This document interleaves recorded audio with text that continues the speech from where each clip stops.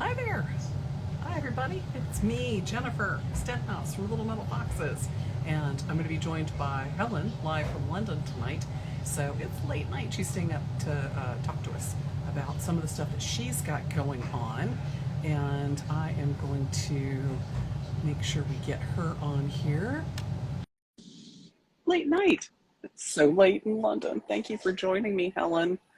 Let's see, here she comes. Hello, how are you? Hello, You're staying up late to play. Hi, I Michelle. am. Hello there. All right. Yeah. So, we've got some fun classes coming up. You have some really fun things in store for us with using glass in the studio, which sounds like I do. so much fun because I know you do a lot of uh, glass pieces. You have a background in glass. That is one Yes. of the things that you do the most beautiful work. So you're going to show ways to incorporate like slumped glass and small glass into the jewelry studio using jewelry tools, right? Yes. Well, today, Yeah, and cool. when with the class itself, it's going to be more concentrated on actual, glass tools and how to um, make the pieces that you can then put in, either turn into jewelry itself or incorporate in your metalworking. So, It's going to be so cool. I'm so excited about this. So yeah. you had mentioned something the other day that was kind of mind blowing that I'm looking forward to. So tell me about this. What is this? So this is a piece of 2 millimeter stringer. This is glass. Mm-hmm. So I'm going to demonstrate one thing that's really kind of cool. I've got a plate here for fire safety because we're going to have fire here in just a second. Oh, okay. So So the what are stringer, stringers? What are stringers? okay, so stringer is glass that's been melted and then pulled until it forms a rod like this. And this one happens to be 2 millimeters. Um, and it comes in all kinds of different colors. Now, this is actually made by Bullseye Glass in Portland, Oregon. And I love their stuff because what they specialize in is fused glass that is compatible. And what it means by compatible is it means that you can fuse anything that's fusible, that's marked fusible, will fuse together nicely and won't that you don't have it to worry about any kind of hoo-ha Cracking, going on. separation, weird Yeah, colors. Yeah. things that just aren't, there's some properties that go along with the word compatible, and they make it so everybody plays well together. So what I'm Great. going to show right now is really cool, and you can just go boop with your hands. Right. Because it's just So glass, right? Like a little right, glass and it's rod. so small, but it's just real easy. You just get your nails in there and go make that lever point, fulcrum point, whatever, and Yeah, pops right in half. a But lot of people don't realize that glass is sort of a frozen liquid that yeah, is almost it has some flexibility to it that most people don't realize. But I've seen all kinds of things like in slow motion with like windows or glasses, like when they hit that um they resonate, they like vibrate and move. So glass yeah, is it really kind of doesn't. crazy as a material. Yeah, it doesn't have like a regular crystalline structure. I think I can't remember the exact term, but it's kind of chaotic. So Hmm. yeah, there's a lot of cool things about glass. So what I'm going to show tonight What? today. So this I Yeah. did earlier today. So the black part is just soot. It's and it just comes right off. It doesn't Okay. hurt the glass. And So you made that spiral out of the threaders. yes, Okay. Oh, look at this is the that. actual piece I used in on the reel and story that I struggled with Yeah, today. yeah. I saw that. Yeah. So, oh my gosh. Okay, so what does somebody need in their jewelry studio to be able to do something like that? Do we need high-tech equipment? What is it? It's a candle. What? It's a candle. What do you mean? And Seriously, this is like mind blowing to me because you mentioned this and I was like, features. what? A candle can actually get the glass hot enough to make that corkscrew. Yep. Hi, Oh, Kenzie. come on. Kenzie, hi. There we go. Okay, so using a long match to light your beeswax candle. There you go. It's like magic All on right, the let set. me. Yeah, tip down so we can see. Yeah, there we go. Okay. Okay.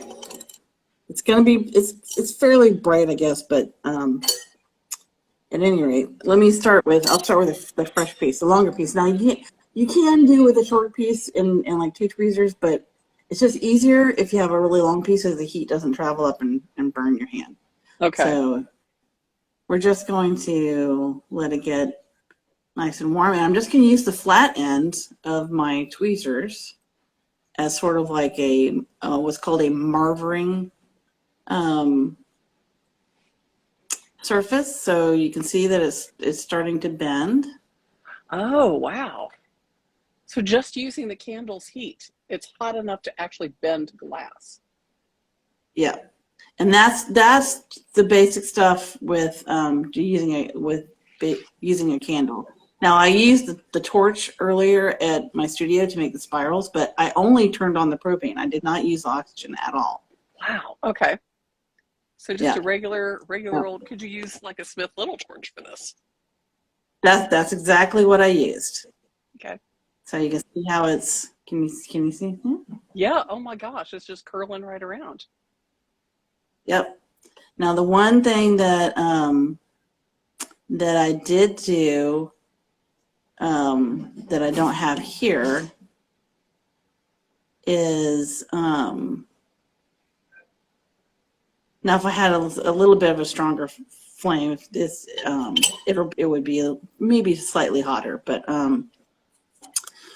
what I did do have at home, I mean not at the studio because I work with glass. I have what's called fiber blanket, and so when you're done with this, it's best to kind of sandwich it in the fiber blanket to Right. let it cool down slowly. Right. But because it's so thin, now probably other glass people are going to tell me that I might be wrong, but because it's so thin, you don't have to anneal it like you would a bigger piece of glass. Okay. You don't have to be, yeah, so to make sure that it's not going to get all stressed out and crazy. Okay. But that's essentially all that you need is just, and you can just do it with your hands and you can bend it into whatever. Tip the camera down a little bit again. Yeah. So you're like, you've just got a glass stringer over the candle for those that are watching, that are just joining. Oh my gosh. Yeah, I just broke it. And so you can like you can melt the I was ends of pushing the hard. so but just by using the simple heat of a candle there, MacGyver, you can like There we go. start to bend the stringer into the shape that you want. That is crazy. So this is great for stuff like all kinds of jewelry applications. This is really cool. Yeah. And what's also really cool is that once you add a little oxygen to the heat and like if you were going to use your flame, Yeah. I mean your torch, then you can really do kind of crazy things and Things like that it'll corkscrew and the start to spiral. ball up like. Yeah, and like I used a mandrel for bead making, and I made a much nicer spiral. But this, it's not this one, but I'm a different one. Right. But when you use a torch, it'll ball up like silver wire does. Yeah. Yeah. So it'll start doing that kind of thing too, and Right. and then you can pull it and stretch it so that it'll have like thick and thin and all kinds of crazy shapes and things like that. So That's nuts. you Oh can my get gosh. Well, really and cool. so you can actually add this onto pieces that are like enamel pieces or by itself, just using pieces like that by itself, making chain Yeah, out of glass pieces like that for earrings and things? yeah, That'd be really cool. Yeah. yeah. I actually make loop earrings, like with the stringer, but with the Okay. slightly hotter side. Now, that's the only disadvantage with using the candle is that it doesn't get hot enough to melt the glass to itself. Right. But with the torch, it's really easy to melt the glass to itself, and so then you can make an actual loop or chain. So this is basically Um, lamp working on the most basic level. yes, yeah, That's crazy. Oh my gosh. That is crazy. yeah. Oh yeah, Kinsey says those are the ones that she was wearing and loves the glass loops. Oh, yeah, and they're great because they make a little tinkling sound when you Tinkling. move your Oh hand. yeah, yeah, Yeah, yeah. Cool. I love that. That's But so yeah, so awesome. that yeah, and then once it cools down, here I'll choose the other piece. You just wipe off the soot. Now, if you're going to use this for fusing, you'll want to make sure that you clean it. You know, just Right. alcohol. You don't use anything with ammonia when you're doing fuse glass. Um, so no Windex. But yeah, and then it just comes right off. And but when I did when I did the spiral, so I made a loop on one end, and then I took my crosslock tweezers.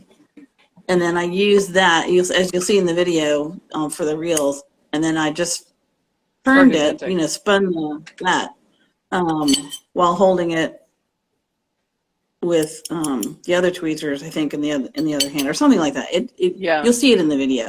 But it's Um, on the reels on Little Metal Foxes. So yeah, cool. but yeah, that's That's that's my crazy. fun Well, tool tip for today. I love the fact that, because I mean, I like working with mixed media, but I don't do a whole lot of, glass working, and just not something that I've ever done, and I'm not real familiar with. So it's always mind blowing to me to see things that are like, oh yeah, if you have a candle and some stringers, you can bend glass into shape. And I'm like, it's like magic. That's really cool. I really appreciate that. So you've got your intro to fuse glass jewelry coming up on June 19th, right? I on Sunday Yeah, from on 10 Sunday. to 1 on Pacific time. Great. So Good. that'll be six in the evening for me, I think it is. Yeah. But yeah, it's fun. Six for So those in what the I'm gonna UK. do, yeah. So what I'm gonna do is I'm going to talk about fuse glass and then get you started on some basic techniques that you can then build on to make some of the pieces that you see that are in the pictures for the class.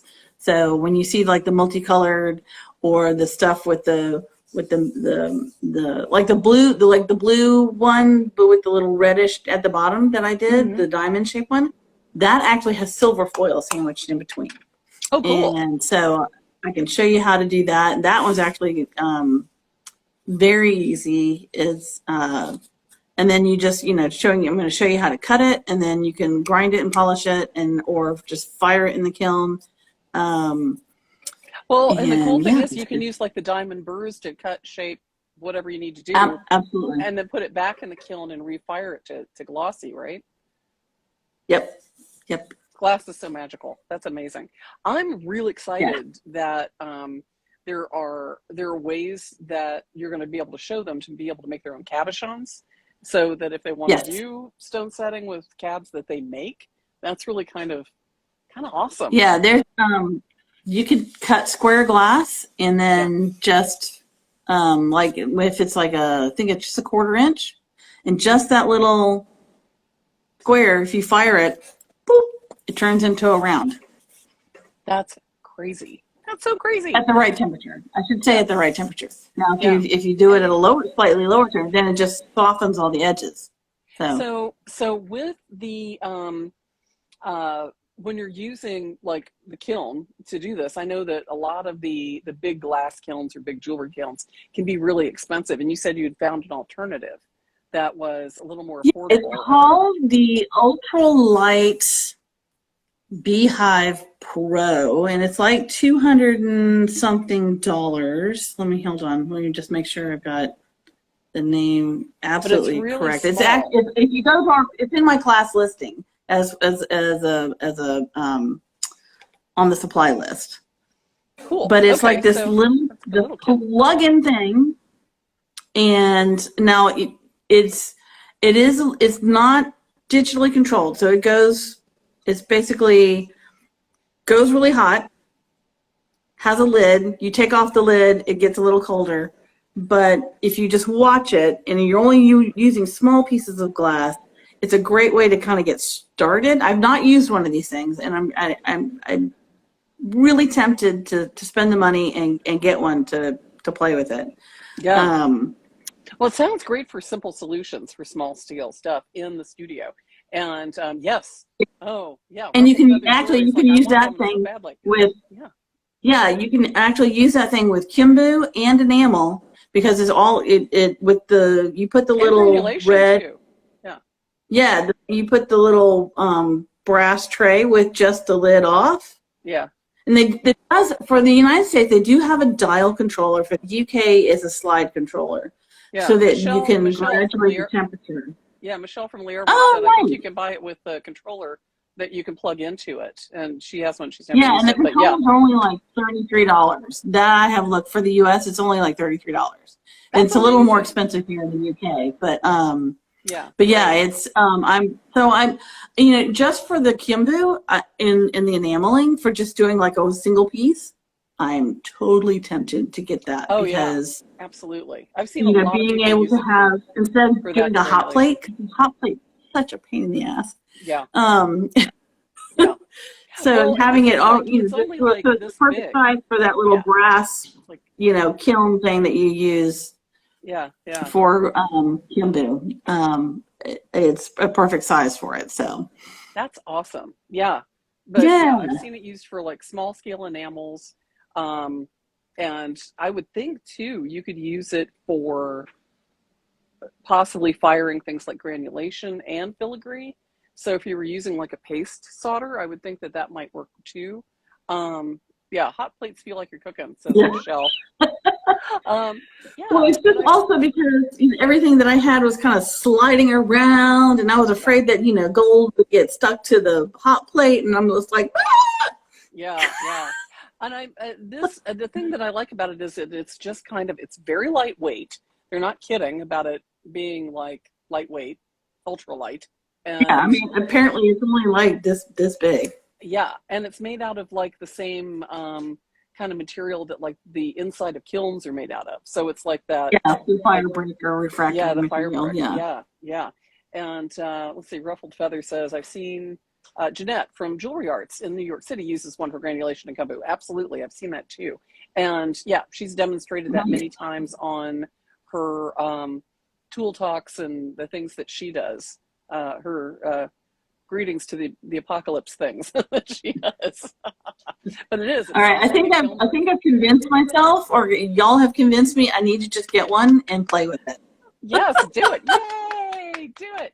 I think that I've got one that's a beehive that's a little bit bigger, and those are more expensive. And I've got a programmable, a small programmable kiln that's like, a small casting or PMC or, small, enameling size kiln. Yeah, and that's what's also nice about having a regular digital control, is that you can do so much more with it in addition to. Right. But for, a lot of people starting out in a home studio, that can be a big investment and can be a little scary size-wise. It is a big investment, and everything else. So if you don't know, and have something like a little ultralight kiln, that's a really good place to sort of start. And a lot of people have used those in their studios for years, and they do amazingly well. Yeah, exactly. Yeah, I started out with an Amico kiln that's 8x8x8 that had no digital controller. I had a pyrometer, and I did that with PMC first, and then that got me into glass. And quickly found out that I really needed something with a digital controller, because when you're talking about now, the little beehive would be easier to babysit because everything will be happening so much faster. Yeah, right. But with a bigger kiln is you really need a digital controller, because otherwise you're sitting there and you're adjusting and you're adjusting and you're adjusting, and it's such a pain in the Yeah. do. With But my, yeah, I yeah, saw but Michelle your Micah, work the programmer. was talking about getting a Paragon as well, and because it's the advantage of the Paragon is because it's got a front door like this Right. versus the regular top loading. It Right. makes it really easy for nailing, for the PMC, but you can also use it for glass, and you can use it for heat hardening your metals, so you can control that temperature perfectly. You could probably even use it for Kimbu, because you're going to have it around that 600 degree Fahrenheit thing, Yeah. to do You can set it Kimbu, and and so watch you it. could Yeah. put it in and then apply the gold, and then do the heat back and forth. But it's Right. it's Right. controlled, so So, it's a yeah, good tool to have. Michelle's asking which one do I recommend for work hardening and annealing. I have one, yes, from Rio that is a front door programmable, and it actually was one of the, I think it was in the PMC section of the kilns, and so it has pre-programmed PMC settings, but it's programmable so that I can set it for whatever I want. And but it's not a huge kiln. It's big enough to do what I need to do, but that's the one I Yeah, use those are like for. 6x6 or 8x8 on the Yeah, 8x8 by yeah. 8 on the inside. I They're think I little think square crowns. mine's, They're great, yeah, mine's but about they're eight like by eight on the inside. $1,000, eleven Mine hundred was, dollars. yeah, mine was about, I got it on sale and I think it was under 1,000. And Yeah, I think it was actually under 800 when I bought it. So, but the thing I really wanted was one with a pyrometer so that I didn't have to babysit it. And well, so the digital control. the Yeah, digital controller, yeah. So, or yes, digital controller. And so I've got it sorry. set, I've got one of my programs set for 572 so that Yeah, Fahrenheit degrees, so that it will hold it there for about 2 hours. But for Michelle's question was for heat hardening. I usually use it at 572 for 1 hour, and that will heat harden all of my work at once. So I can put a whole bunch of pieces in there, and I literally will like load that thing up with a ton of hoop earrings, a bunch of wire earrings that need to be toughened up a little bit or need a little resistance. Put them in there for an hour, take them out, throw them in the pickle, and then pin finish them, and they're done. And they're hard and beautiful and look great. So, yeah, I mean, it's kind of nice to have a kiln for just if you're doing a lot of, wire work that you need to work harden, but you don't want to sit there and hammer it to work harden it. But it gives you a really clean finish because it like pulls all the oxides to the surface, and the minute you pickle it, it looks great. So you've raised that yeah. fine silver surface. What do I So put? do you put it on the kiln shelf, or do you just Yeah, put it in there? yeah. I have like a little fiber board, or a solderite pad. I just use a solderite pad. Yeah, yeah. Yeah, Solderite pad actually would work as well, because obviously when you're doing metal, if you're working with silver, it melts at like we're at 1600 degrees ish, 1690, I 1645. think. Yeah, Yeah, Fahrenheit. So having a solderite board is the perfect little shelf that you can use. Now, I will say, if you're doing glass, you want to have a dedicated shelf for glass, because silver, and this is how they used to make stained glass, silver will stain your glass. right. So you want to make sure you have a separate shelf for glass. Right. But other than And that, enamels, and I'm really careful also not to, yeah, instead of trying to twist your stud post and earring wires and hammering your hoops, it makes it a lot easier to work hard on those things. But if you have separate shelves or solderite pads that you can do that with, it makes it really easy and clean. I would never use like a shelf that I was using for enameling for heat hardening, because I wouldn't want the enamels to get on my silver, and vice versa. You just want to keep those things separate. And for me, I think most people don't think of solderite pads as studio consumables, but they are, because they do wear down over time. They do burn up. You can do things to extend their lives, But you're going to work through those pads every now and then, especially if they're the softer ones, because you're pressing into them and customizing them. But the hard ones, if you're using them a lot, they're going to get a lot of flux on them, and that stuff sinks into the bricks and into the solderite pads, and you can kind of pick it off, but then you don't have a flat surface anymore. And so yeah, it's okay to have more than one solderite pad. Yeah. Yeah. Another bonus tip. So there's stuff that we use in glass called fiberboard or fiber paper. Now, this isn't to be confused with thin fire or other separator papers. It's a ceramic and loaded stiff, not really stiff. It depends on how thick. Anyway, you can cut those into little pieces and use it to help with your soldering. Like today when I was working on my moon pendant, I was soldering the tube onto the middle plate, and so I stuck some fiberboard underneath the plate part so that I could raise it up and get it right in the middle of that tube. And that stuff is it's just handy because it'll take the heat from the torch, and it's a handy little extra tool. It's like very thin solderite pads, like super thin solderite pads almost. Yeah. And you can get it in different thicknesses. So you can go from like 1/4 inch, 1/8 inch, like almost paper thin. So it comes in lots of different thicknesses. So who sells that? Where would you find that? Any place that you can get fused glass supplies. So, but cool. If you want to just go to an easy peasy source is Delphi Glass. Mm-hmm. I think I'm pretty sure it's Delphi.com. If not, then it's DelphiGlass.com. But there are anybody who sells any kind of fusing or hot glass stuff will have that material for sale. Oh, Tony Lady says Amazon as well. Oh yes, you can probably buy packs on Amazon. Yeah. Cool. Just look for fiberboard or fiber paper, but don't.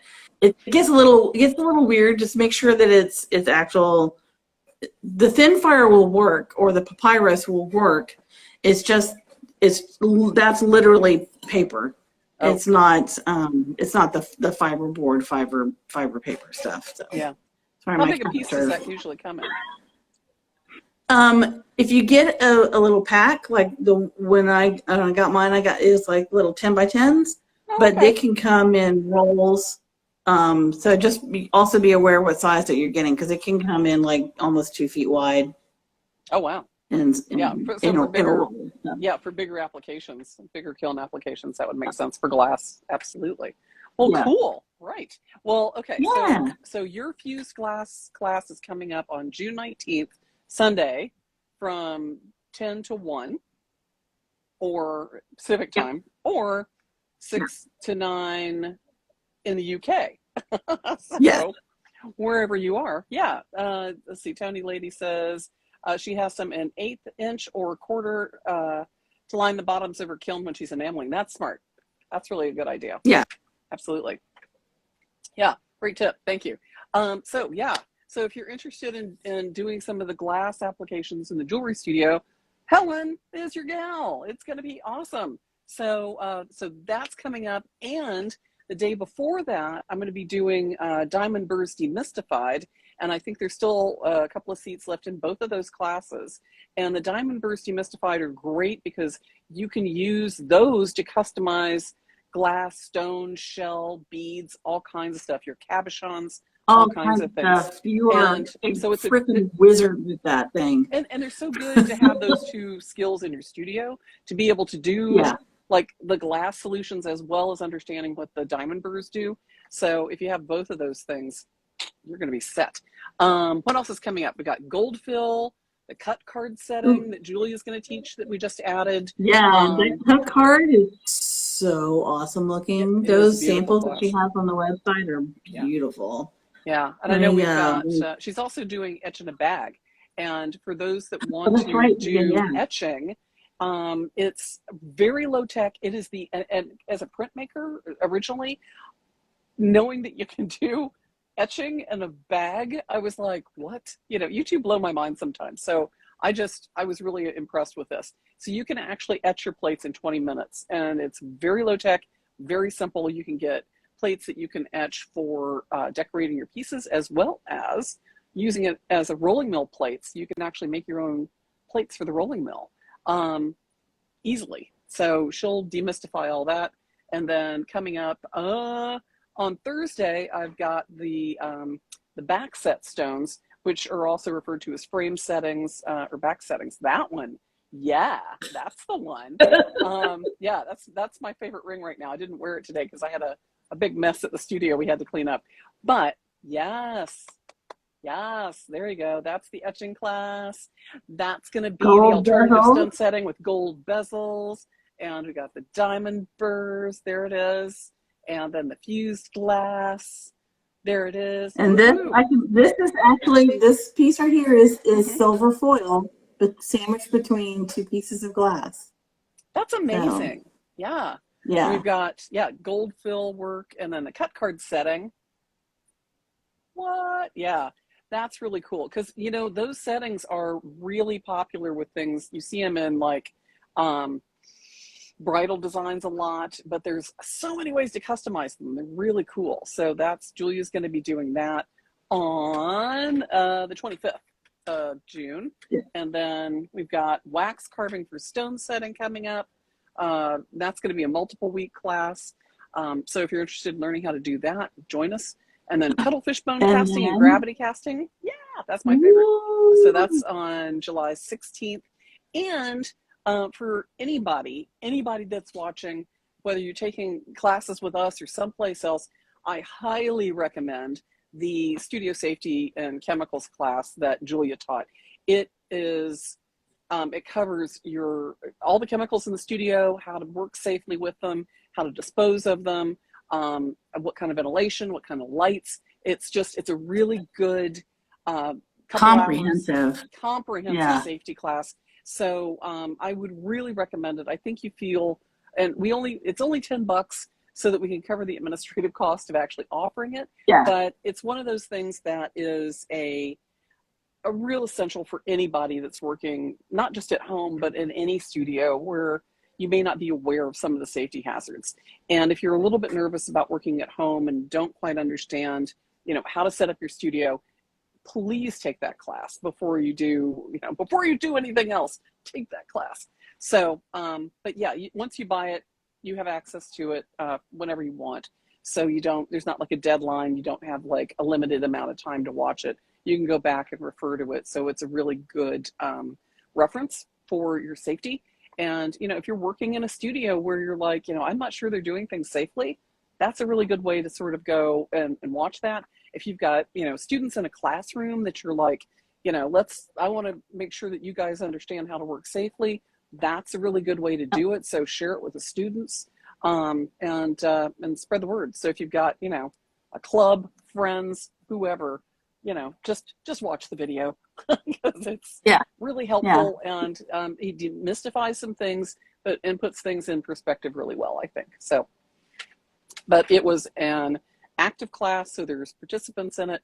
So you also get a pretty good idea of what it's actually more of a lecture, but there are people asking questions and interacting as well. So you have kind of an idea of what some of the classes look like, which is also helpful. Yeah, and then of course, if you have any questions when you're watching this pre-recorded video, email us. We're happy to answer those questions and get you set up.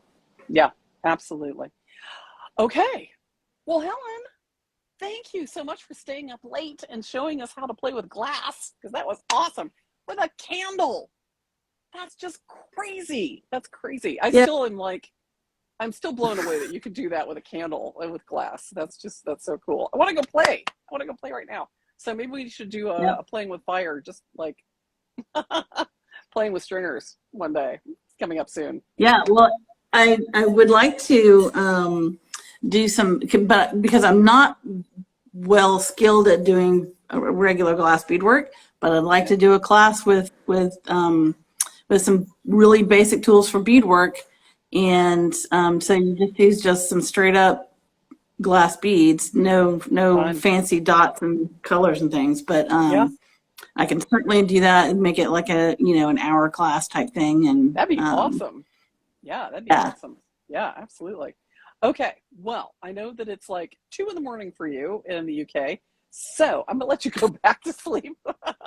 And thank you for sharing that tonight. I really appreciate your tool talks, Yeah. and you look fabulous and fun with your London look. Thank you. I love it. So, okay. All right, With sweetie. my freshly pink hair. You're freshly pinked. Freshly pinked. I'm freshly purpled. So, yeah. But love you.